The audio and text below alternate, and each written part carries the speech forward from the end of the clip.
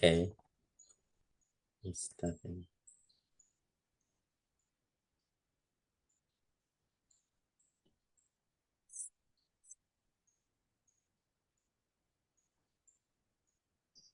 Yeah, we on live right now.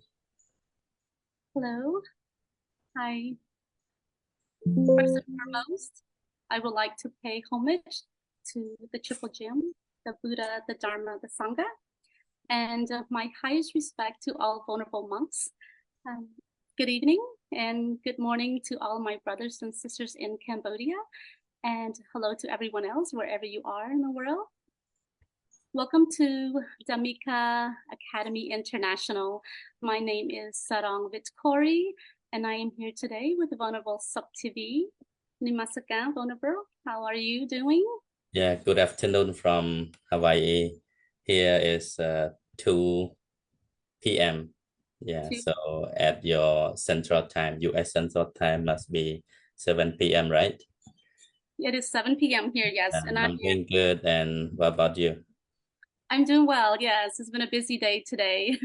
And I'm also here in Nashville, Tennessee. I am in the Cambodian Buddhist Temple of Nashville. Nashville, yeah, I see. So before we begin our discussion and our topic today of the Cambodian New Year, Wonderful TV, would you like to share some information about Dhammika Academy International? Yeah, thank you for having the Dhamma discussion back for today. And as you know that we have been hold this program for several years ago because we've been very busy with different activities, in and out United States.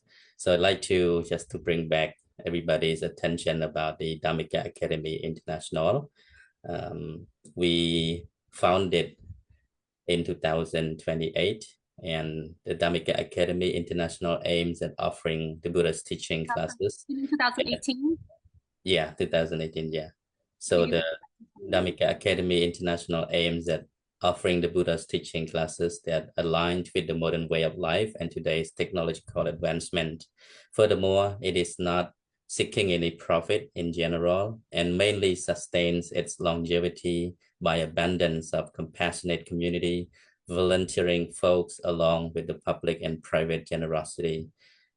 Dhammika Academy International, or we can call in short as DAI, yeah, DAI, has been directly engaged in tutoring and teachings of the Dhamma, Bali studies, English and Khmer literature, part of its academic curriculum throughout Cambodia and several other foreign countries, via online and social media platforms live daily.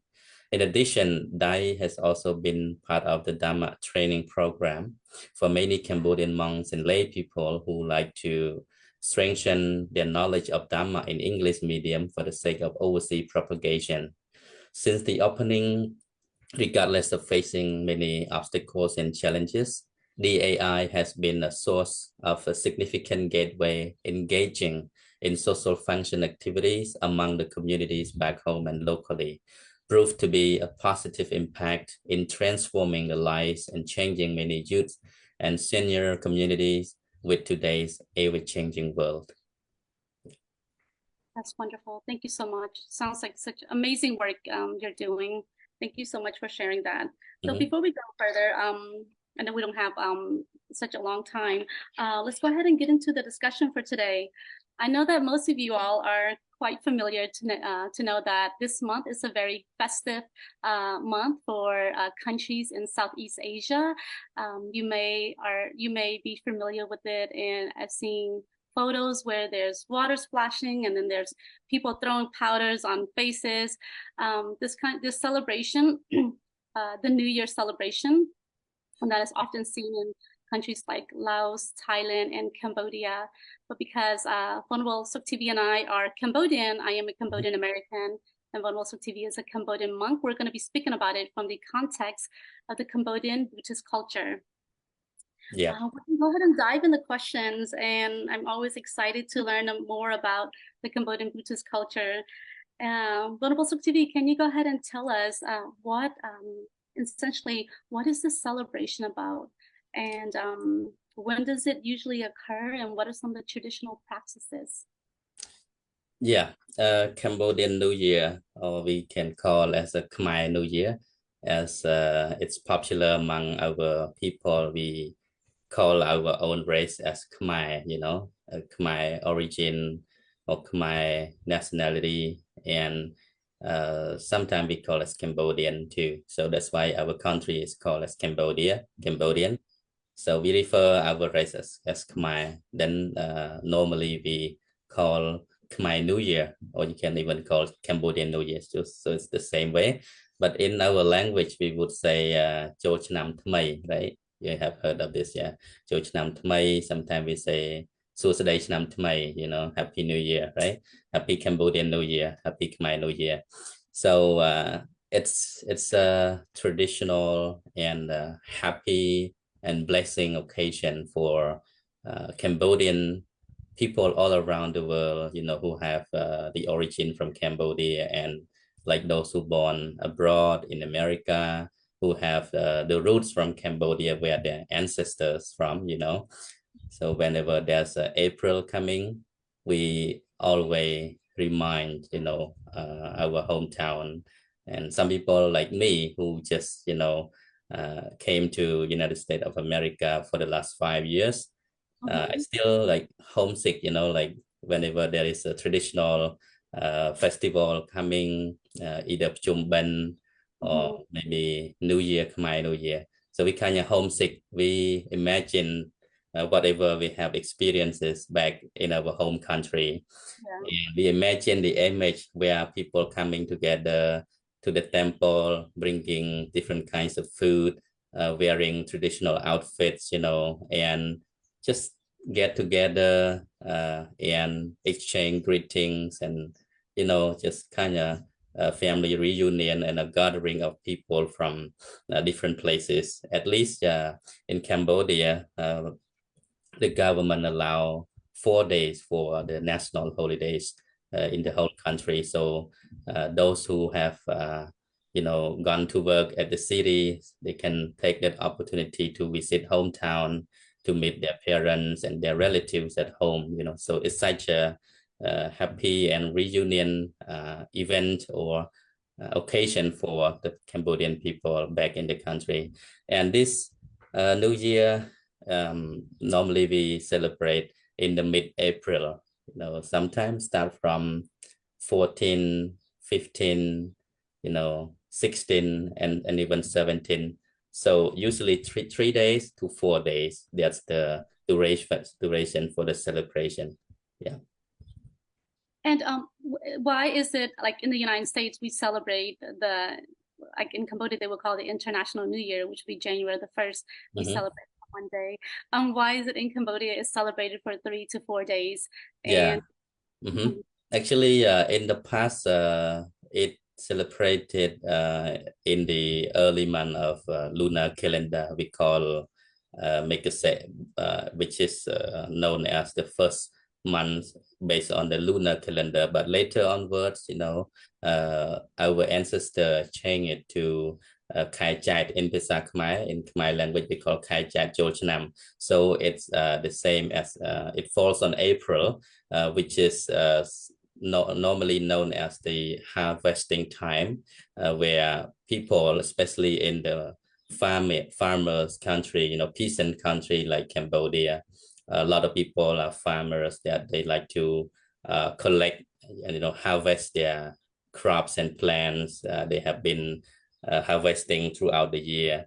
So that time they have more time, free time to come together. And also some people say it is the hottest time of the year. So because during the New Year, people can play water, like the youths and kids, they like splashing, playing the water toward each other very happily, and no discrimination. They don't mind each other playing together, boys and girls. Yeah, they just enjoy coming together. So I think that's the idea that they celebrate during the mid-April, because it is the hottest season of the year. Yeah. Yeah, that reminds me of something that I heard when I was living in Cambodia, that the significance of it being in April was that it was just more feasible and more practical for everyone because it wasn't raining, it was a dry season, and Right. it was Yeah. It's a dry season. hot and conducive to a celebration. Okay, that's wonderful. Yeah. That's So there are so many traditional activities that describes what Khmer New Year is about. Can you tell us some of it? I know you cannot explain all of it in this short live discussion, but yeah. maybe some of the more prominent ones that if someone were to be a spectator and to go to Cambodia, something that they would most likely see if they're there. Mm-hmm. Like, I mean, because New Year is a traditional and cultural event or festival, and very popular one. I think it's the most popular traditional festival in Cambodia. So we we could see a lot of different activities, and it depends on where you participate, you know. But back in Cambodia, especially if you watch through social media, the Facebook and on YouTube, you will see in Cambodia people start. They have started already since I think since early of April. Even in California, if you observe it, they already started the California Sangkran, you know. Yeah, Sangkran Kali, you know, California.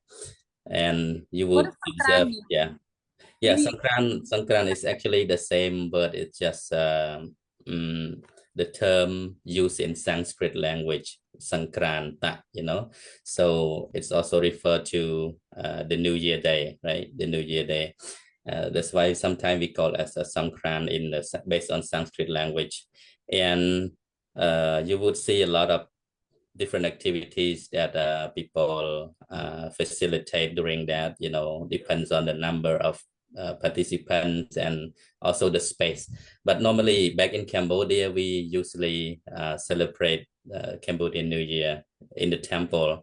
So you will see in the morning people bringing food to offer to the monks, and not just food, you know. I mean, in talking about just food, we have different kinds of traditional dishes, and also different kinds of traditional cakes, you know, like nom man som, nom kom, nom chil. I don't know how to say in English, so just speak in Khmer. Otherwise, I mean, maybe there's no English term for that, those kinds of cake, you know.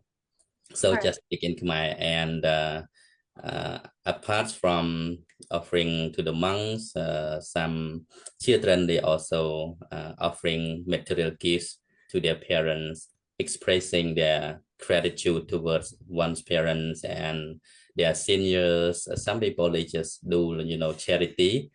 They want get the blessing from the New Year occasion by making charity, you know, to the public.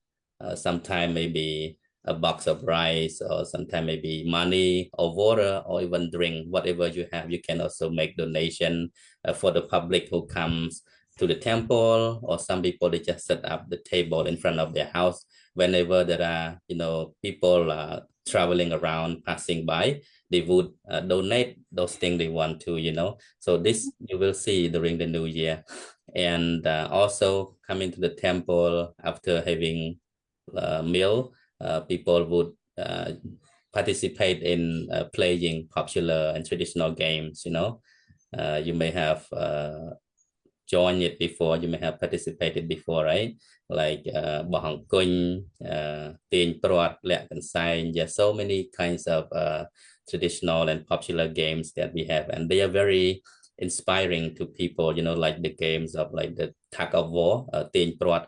I think it carries a great meaning, and it also signals the spirit of solidarity among other people by just joining and playing games together happily. So there's a lot of meaning and a lot of significance into the popular games that our ancestor has started. I the first thing that comes to my mind, especially growing up as a young Cambodian American girl, when I think of New Year, I think of Rambong. Rombong. And Yeah, I think you love dancing. That's why. I Yeah. think of I love dancing, I love music, and so I think of the traditional dance. And of course, that's besides going to a Cambodian wedding, the only other time that I would get to Rambong is to dance. That it would be during New Year's. So that's the first thing that comes to my mind when I think of a traditional Cambodian activity during Yeah, the Khmer New Year. And it's such right, a wonderful. I love what you talked about solidarity, because that was one of the spirit that I got from it, was that you were able to see everyone's face. You would see people in your right, community yeah, you have not yeah, seen in so long. You would see them. People would come out, would come together. right, So yeah. that's the one Just tradition. like you know, it's like when we go to the temple, it's like a place of gathering, you know, people from different backgrounds, and even we don't care about the, you know, like religious belief, whatever people have for their own practice. But for the New Year, it's welcoming to everybody, regardless of whatsoever, you know, Cambodian or American or whosoever. They just want to come, and you know, they want to share their dishes, you know, by cooking their own recipe. They can bring to share with the monks and to share with their fellow. Yeah, It's it's definitely like a free spirited like event. That's what I get out of it. If I can think of it in American terms, everyone is just, their mind, their hearts are just so open and so full of love, and just wanting to welcome everyone all together, and then celebrate and be in that moment. So right. Yeah, I know that there are a lot of traditional activities, but there's also so many ritual, and a lot of the ritual activities are related to the temple and things that goes on inside the temple. Vulnerable. Cambodia is a country that is so woven by so many Buddhist teachings and the Dharma. Can you talk a little bit about some of that? I know it's yeah. vast. Hmm.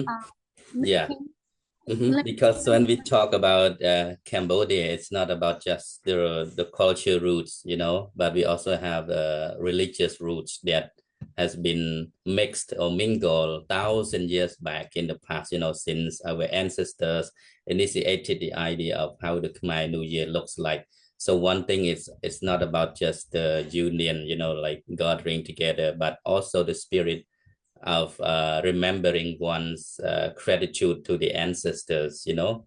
So beside the cultural significance, we see a lot of religious rituals has been put into application during the Khmer New Year. People can see, you know, like when we bring food and offer to the monks, or offering alms, like rob bath, you know, we say rob bath, offering alms to the monks, offering food or any material gifts to the monk. These are, you know, religious practices, right? In the teachings of the Buddha expounded that in order to gain blessing, we can do it in three ways, you know, do good bodily, verbally, and mentally. So bodily by making food, you know, cooking and bring to the temple and offer it to charity, giving away to others, like offering to the monks who are the virtuous people, right? The well-practiced one. So by so doing, they will gain blessing because of their good action. They accumulate merit through charity, right? So this is the religious practice. In Buddhism, we call Tina Barami or Dana Barami. It's the perfection of giving. So in this life, we're not just taking from others, but we have to learn to give, you know, because normally when I observe by myself, uh, I'm so happy, I'm so joyful when I'm able to give something to somebody, you know. I'm even like, you know, happier than when I'm receiving from somebody. You can, you know, I can observe that by yourself, right? When you give, you feel happier than Yeah, when you receive, right? yeah. Yeah, so the act of giving is very good tradition that nowadays in modern world we may call the art of sharing. So whatever we have, though little, but we always have this compassion to share it with others, not just for ourselves. Then we can see beside this, we also have like for religious ritual, people asking or observing the five precepts from the monks, you know, by repeating whatever the monk says in Pali language. So if you are Buddhist, you will practice that by repeating after the monks, the undertaking the 5 precepts. So the 5 precepts is the basic Buddhist principle to lead a happy and harmonious life for oneself and for society.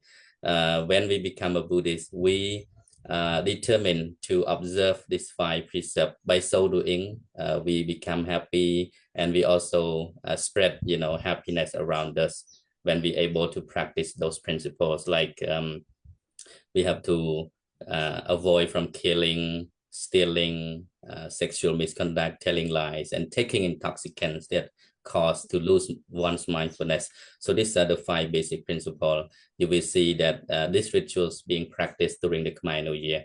Other than that, we're listening to the monks chanting after we offer alms to the monks. So you will have a chance to listen to their praying, their chanting in Pali language. Though you may not understand, but I can, talk a little bit about that later as well. And you will see activity like rob bath, where people set the table and several alms bowls of the monk will placed on the table, in line like that. So people just go in line and having a bowl full of rice in their hand, and then they'll just, one by one, they will just offer a spoonful of rice into the monk's bowl. That also expresses the act of giving. And why we need to do this? Actually, we can do it quietly, but we need to teach to the young generation, because whatever our kids, sees what we are doing, they will learn to follow their elders, So it's a good image when people do the rob bath, right? Do the offering, they will do it one by one. Then they will start to teach their kid, okay, you have to rob bath, one by one. This is a way of giving to the monks, right? Yeah.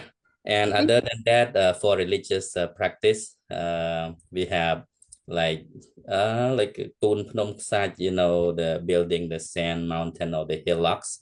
That also part of it as a Buddhist practice, part of it as a as traditional religious practices a long time ago in Cambodia.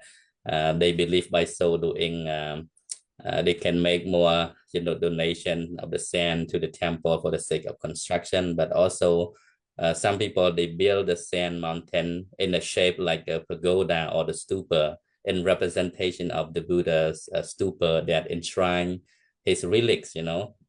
So that's the idea of building the sand mountain, and people would believe that by so doing they can wash away their bad actions or their bad karma. That's just a traditional belief, but in reality, it has its own significance of bringing more determination or dedication in doing good, especially by learning to give, and also learning to pay respect, to the Buddha, to the Dhamma, and to the Sangha. Other than that, a very important rituals, and I really love this kind of concept that has been initiated by our ancestors, is the ritual of basing the Buddha and basing the seniors. During the Khmer New Year, especially on the last day, we say on the last day, Vajra Vanabhat, Vajra Langsa. Okay, the third day we call Vajra Langsa is the day where people will have cleaning in the whole temple. They will go to clean in Prahvihi, in dining hall or in the Sima hall, cleaning or washing the Buddha image. And after that, they also will washing the monk, like water the monk, right? Basing the monk, and then basing the seniors by just offering water, holy and perfume water. They will wash the monk and wash the elders. Like if you are children, you have your parents or you have your grandparents, then you will sit them down on a chair, and then you start basing them. And then this is just kind of like the act of paying one's gratitude to one's parent, thinking, reflecting when you were young, how your parents would base you, would take care of you, right? Wholeheartedly. You were the apple of your parents' eye. Then when they get old, you have to render service to them, at least just to remind you when you were young, they would base you. So you would do the same to them, at this time. So taking this New Year occasion to make merit with your with your God at home. It's the living God. Your parent is the living God at home. Yeah. So to be appreciative and to be reflective of the care that you've received in your life, and then given that back. That's that. That was a lot there. I do. When as you're talking about this, it reminded me of a time when I was living in Cambodia, and this happened in my mother's village, where it was my first time seeing that a whole bunch of food dishes were made, and it was just laid on the floor, and we had to go from houses to houses to do a blessing and to call the spirits, and then to also send them back home. Yeah, Was that's the last day, and it is very old tradition. But nowadays, a lot of time people don't do that anymore, But in the past, people used to do that. Like the last day, they would send their ancestor back home. But this kind of ritual also practiced for during the Chumban, because Chumban is known as the ancestors' day. Yeah, so it's more practice for Chumban. Yeah. that may have been it. Sorry, I got Yeah. confused. I think it was during Chumban Yeah. holiday. Yeah. Mm-hmm. Um, can you talk a little bit about really quickly about Bang Skol, when am I saying that correctly too? Right. Yeah. Yeah. This is where can you talk a little bit about that, Bonneville?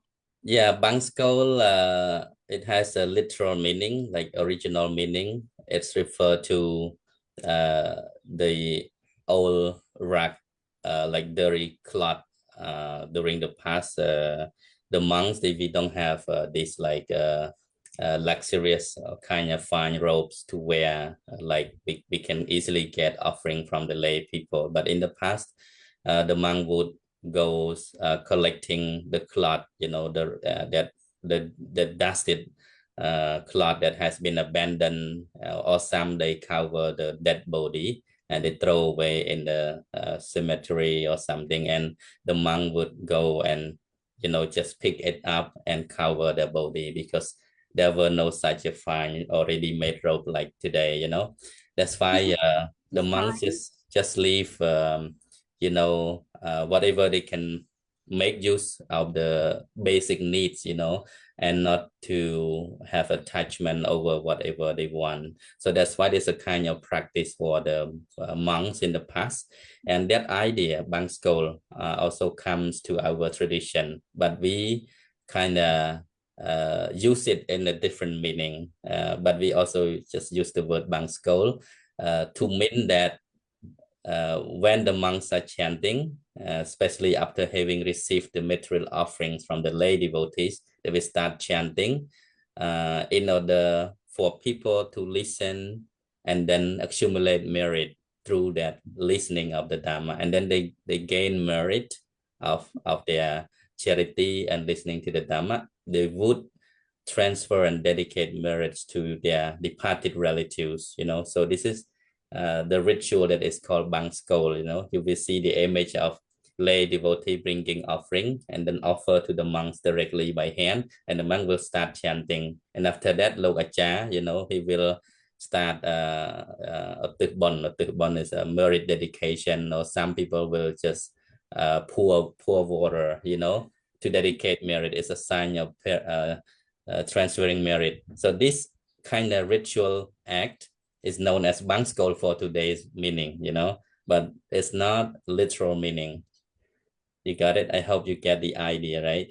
So Yeah, a no, lot has been changed, from yeah, time to time. Yeah. no, that's really interesting how the interpretation has changed um, over time from the historic definition of it. Um, sorry, that's just so much, and I want to ask more to follow up on it, but we don't have a lot of time. There is something that I really want to ask you. It Mm-hmm. sounds like in the Cambodian, in the Khmer New Year, there's so many Buddhist rituals and activities that sort of are mandatory, that has to be conducted in order for that happens year round as long as it's Khmer New Year, and it's centered inside the temple. Is it possible to have Khmer New Year without a temple, without like Wat Arang? Because Yeah, yeah. International New Year, some people go to church and some people don't. We still have a New Year. So within the Cambodian Khmer New Year, Cambodian Buddhist culture, that where Buddhism is so much part of the way of life, and also, the ceremonies and everything is all conducted. The answer I would give in two ways: yes and no. Yeah, yes and no, just to kind of remind us, yes and no. Why? Okay, I would say it's not necessary that this kind of New Year event has to be practiced in the temple, right? In the Buddhist temple. It's not necessary. I mean, you can do anywhere, right?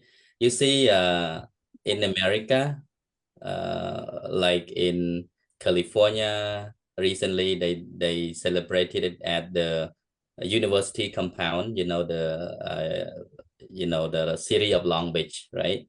The city of Long Beach. So it's not a Buddhist temple. It's on the ground of the campus of the university. And then you see, like in Oregon, in many other states, like in Massachusetts, I also know that there will be a Cambodian New Year celebrated at the Lynn Common Park in Massachusetts. And one more New Year will be celebrated on April 26th in the park close by the Berkeley University, California, which I will be going there and to kind of be an MC for the New Year. So it's not necessary to be celebrated inside the Buddhist temple. This is a no, but for yes, why? For Cambodian, I mean, when we talk about Cambodian culture, we can never celebrate it from Buddhism, from religious practices. Even back before the arrival of Buddhism, Cambodia, our Khmer ancestors have already accepted their own traditional belief, the belief of ancestors, the belief of God, So there's always a mingle of the religious practices into the Cambodian culture. So we understand the roots where our culture come from that cannot be separated from the practice of religion. And especially nowadays for Buddhism, Cambodian people in their heart are full of Buddhism, when you observe how the Khmer ruins the country, and we gone through a lot of hardship back in the past during the Pol Pot regime, that Buddhism has been banned from practice for the last, for 3 years, for the whole 3 years. And understanding how sad in the heart of many Cambodian people who were devotionally a Buddhist, and without having to practice their own belief, what they feel to live in such situation. That's why when everybody sought refuge to come in the third country, like those who came to take refuge in America, why a lot of Cambodian temples started to grow throughout the states, throughout the United States. Why? Because we are hungry for our belief. We Khmer people, we always believe in the teachings of the Buddha, Dhamma, and its result. That's why wherever Khmer people live, they always feel like they need a temple, because temple is a sacred place where their spirits are. That's why even living in the Christian country like America, we need to practice our belief by building the temples everywhere throughout the United States.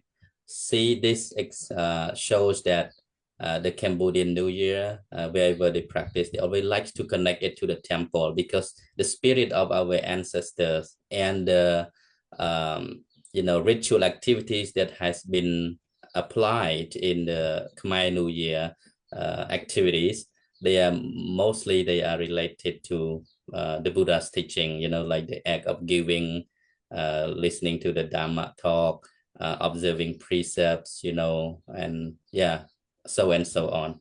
So this, back to my answer was yes. It's really important that we Khmer people like to do it. Mostly we like to do it at the Buddhist temple. So it sounds like yes, it can be celebrated outside of the temple, but to They still invite the monks to go there though, you know. A lot of time I join, you know, though they do it outside the Buddhist temple, but they still have one monk to go and receive the offering, you know, rob bath, and also to do the bank skull, you know, for the sake of their ancestors, those who passed away. They need to receive a blessing through merit making activities from their children. Yeah.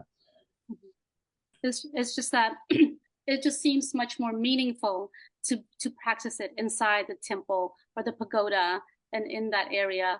Like the spirit lies inside the temple. I mean, we say the spirit in the heart, but the temple is like a place where it's a gathering of the spirits, you know. If we do it like in the park where there's no such of energy or vibration, we don't feel like warmness, you know. Comparing to the temple, it's a different feeling, you know. I can understand that. It's hard to explain, but whatever we basically practice in the temple is a lot different comparing to what they do in the parks, you know. Yeah. Thank you so much for that. That's very fascinating to me. I mean, maybe this might be one of our last few questions. I know you and I had discussed the topic for we knew we were going to talk about Khmer New Year because it's April, but we were also thinking about the theme. And Wonderful TV, you had mentioned that how to make New Year a blessing one. And the first thing that came to mind was, like, what do you mean by that? And your response was, there are so many people are practicing Khmer New Year so many different ways, and not everyone goes to the temple, which is fine. But there are also ways where it's not considered, that doesn't make the New Year a very blessing one. As you Right. said. Yeah. And, I understand that. I got it. Yeah. And I just want to say, this morning when I woke up, I saw just videos from my relatives in Cambodia practicing, celebrating New Year already. And it was very festive. And I saw some of the relatives that were in Thailand, back at home in Cambodia. But then I saw a clip where there was just violence, where it was in a pagoda, and literally it was just chaotic. And people were throwing things at people, and I mean, intentionally trying to harm each other.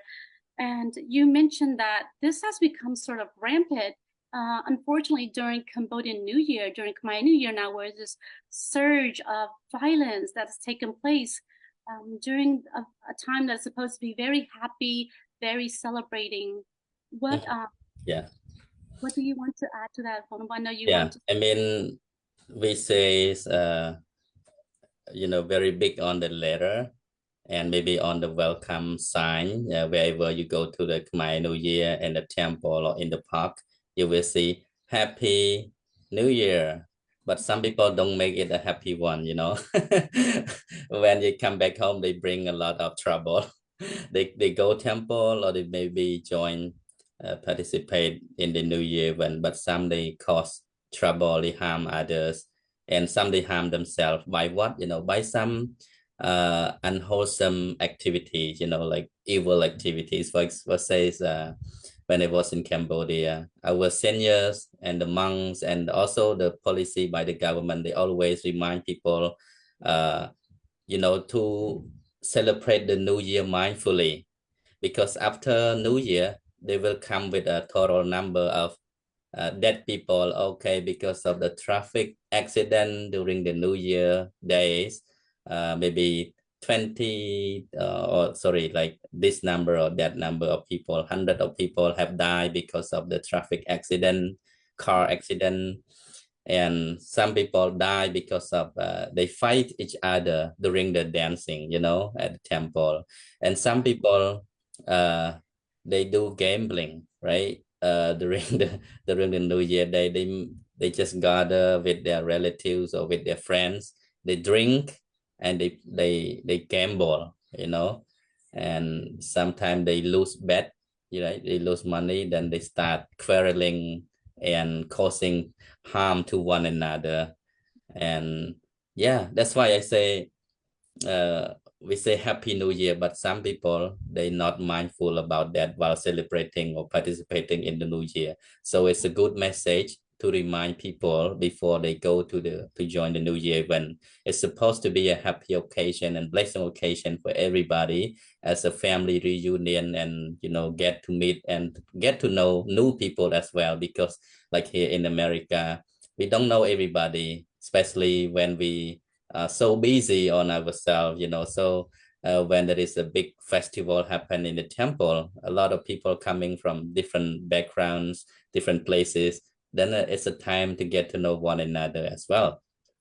So just to give a reminder to our young generation, the youths, uh, a lot of time they can like they enjoy the event without being mindful. That also can be a disadvantage, and for the drivers as well, because we both say it's a happy occasion when they can get together and drink and gamble, right? So this is not the concept that being practiced by Buddhists, so in the teachings of the Buddha, we would encourage people to celebrate New Year mindfully by doing something that is the cause leading to blessing, to gain real blessings of the New Year. So in short, I would say we have to do good in three ways: bodily, verbally, and mentally. In the teachings of the Buddha, three ways that we can do this wholesome action. Through the body, we have three. We have to refrain from killing or harming one another. We have to refrain from taking what is not given, no stealing, no robbing. Third, refraining from sexual misconduct or committing adultery. So these are three bodily actions that we have to refrain. Then we gain blessing. And for verbal action, we have four types of verbal action: to refrain from telling lies, refraining from backbiting, refraining from harsh word, refraining from useless word, yeah, like frivolous talk, right? Nonsense talks. These are the four verbal actions. And the last three is a mental one. So refraining from covetousness, like non-greediness, right? No greedy. And number two, refraining from ill will, no hatred, no thought of harm to others. And last one is the right understanding. Yeah, so these are the three mental actions. Altogether, we have 10 kinds of wholesome actions, that three out of body, performed by body, four performed by speech or mouth, and the last three performed by our mind, thinking in the mind. If we can follow and practice these 10 principles, for sure we will gain the blessing, not just for this New Year occasion, but daily on our, daily life. For the year ahead, for the new year that's coming ahead. Yes. Yeah. New year in a very cleansing way, putting yourself in the right framework of mind. And there's celebrations can get really fun and can get a little bit out of hand. And I want to maybe touch on what I love about Buddhism is everything can be done, but it's like done in moderation. Right. Yeah. Take in moderation, even eating food. So yeah. So is that a what do you is that a good guidance? Is that just something to help maybe to so you don't indulge in too much of anything, and to know that everything can be achieved, but just in moderation. Moderation, right? Not too over excited and not too over like stressful. You just in the middle way. Middle way means we have to follow the noble eightfold path. Starting from right understanding, right thinking, right speech, right action, right livelihood, right effort, right mindfulness and right concentration. So these are the we call middle way, but middle way doesn't mean 50-50, it's just the right way that leads to complete happiness. Yeah. Wow, that was so much. That was a lot. And I know our time is probably coming up. What are you doing for New Year's? What are you doing for what is what are your plans for the Khmer New Year? Yeah, normally before the Khmer New Year starts, every temple they will start preparing for decoration and cleaning, especially because to gain the New Year blessing, of course, we have to be clean. Clean not basically for ourselves, but for the where we live, our environment, maybe the house, the whole house, the building, the temple. We have to clean, wash, make sure that everything nice and neat in order to welcome the new angel of the year. Traditionally, we have the belief that when the new year comes, the angel they would take turn, for each of them to Really to take care of the whole universe for 1 year, yeah? For one whole year. That's why we have different names for the angel. There are 7 angels, which represent the 7 days a week. They are the daughter of Kabal Mahaprum, that represent like the leader, right? The creator of the universe. So if people can uh, prepare and do good to welcome the new angel of the year will bless them, will take care of them. So in our tradition, we have the like pre-event, right, and during and post here. So the pre-event means they will start to clean their house. Each and every house in Cambodia, people will start cleaning it like a few days before that, and they will set up an altar. Khmerយើងហៅថាដាក់តុកទទួលទេវតាឬដាក់ហឹងអញ្ចឹងណា so in English we say we set up an altar to receive the new angel, the Devata, by preparing some material gifts, material offering, some fruits, some soft drinks, or any decoration or they like to put on the altar to welcome the new angel. And then after they clean their house, they would go to the temple and helping the monk in cleaning, cleaning and setting up everything for welcome the new year. So the same way for me in Hawaii. Here, of course, we have a small temple and a small Khmer community. So not a lot of work like in the mainland where, big temples and crowd of Khmer community. Then there will be more work, And for me, just a little bit similarly, we just prepare to welcome all participants to join. And this year we at my temple, we also have people from different states are joining, from Sierra, from Oregon, from Cambodia too, yes. That's wonderful. Yeah, for me, I will be going to visit a few temples and joining the New Year celebration there, and being in Nashville is kind of central to. You're not going out of state, right? Just in Memphis, right? Yeah, so you stay close to, Tennessee also close to Kentucky, right? Bowling Green, also their Khmer temple. Yes, in Bowling Green. Yes, so there's so I know Memphis is doing their New Year celebration this weekend. And then the Nashville Cambodian Buddhist Temple is the weekend of the 18th, 19th, and 20th.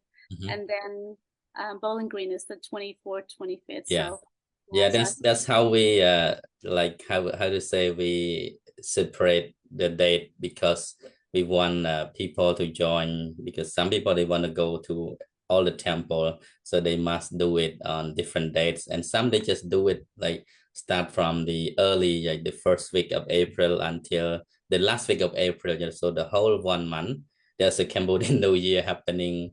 Every temple or every state they just take turn doing it. Yeah. And in Cambodia we just do once right at a time, just 4 days, 3 days to 4 days, then that's done. But in America, we could only do it at the weekend because people are busy, right? So they could only participate during the weekends. Yeah. And try to allocate each weekend so that every temple has an opportunity to do Cambodian New Year, so that so that everyone gets a chance to go to as many temples as possible. So my goal is to try to make 3 temples, but we'll see. Yeah. Well, I think this about wraps it up. Thank you so much, Vulnerable. But before we end, would you mind saying a little chanting that we may hear if during the New Year. But before that, we may also give a blessing to everyone, to all Cambodians and to everyone really all over the world, wherever you are. I know everyone is really excited about this time of the year, but also to please have a very safe and happy New Year, and use this as an opportunity to learn more about our culture and maybe even the Cambodian Buddhist faith. Yeah, we will continue to discuss that in the week to come as well. Later on, we will, relate to some more topics that are relevant to our culture and to the Buddhist teaching as well. Yeah. So I think, yeah, okay, I will Just start wanted by chanting a little bit now. Yes, and one last thing, that our next Dhamma discussion will be in about 2 more weeks, where we will be discussing a very important and perhaps the most important Buddhist New Year is Vesak Bochia, Yeah, which is it's about, yeah. celebration of the enlightenment and the birth, enlightenment, and death of the Buddha. So stay tuned for that flyer. I'm ready whenever you are. We'd love to hear. Okay. Yeah, so I just pick maybe 2 stanza or the Pali chanting as we usually chant during the Khmer New Year and in many other ceremonies as well. So the meaning is about how to gain blessing and also to pray and wish everybody to get blessing and well-being, especially long life, prosperity, success, and good health. So this is the meaning of the chanting. If you not understand Bali, I mean, okay, so just listen and be mindful, listening to the chanting in order to accumulate merit for ourselves, for our relatives, and those around us, wishing them to be happy, to be well, to be liberated from physical suffering and mental suffering. Sapitiyo vivachantu saparoko vinasanto miyate bhave tvantarayo sakaiti kia yukao bhave apiviyatana sailen sanachang vodhya pacha yinao chatta tham mia vattante ayuvanao so khang pe lang bhave tu sapa mang ka lang mang kul tampuangចូលមានដល់អ្នករខាន់ទសពទេវតាសូមទេវតាទាំងអស់បីបាយរក្សានៅអ្នកសព្វពុទ្ធានុភាវេអ្នកដោយអានុភាពនៃព្រះពុទ្ធជាម្ចាស់រាល់ព្រះអង្គសព្វធម្មានុភាវេអ្នកដោយអានុភាពនៃព្រះធម៌ទាំងពួងសព្វសង្ឃានុភាវេអ្នកដោយអានុភាពនៃព្រះសង្ឃទាំងពួងសទាសោថៃភវន្តតេសួស្ដីទាំងឡាយចូលមានដល់អ្នកឲ្យបានសពការសពវេលាអនុមោទនីបានសុខបានចម្រើនទាំងអស់គ្នាទាំងអ្នកដែលតាមដានទស្សនាតាម live តាម Facebook ក្តីក៏សូមឲ្យបានសេចក្តីសុខនៃចម្រើនសិរីសួស្តីឆ្នាំថ្មី Happy New Year and wish everybody good luck and blessing and enjoy the coming Khmer New Year. So I wish everybody to be happy. Okay. Yeah, so we can stop our live show right now and we will see everybody in the next 2 weeks, right, Sarong? Yes. See you in about 2 more weeks. Thank you so much. Yeah. Bye. Thank you. Bye-bye.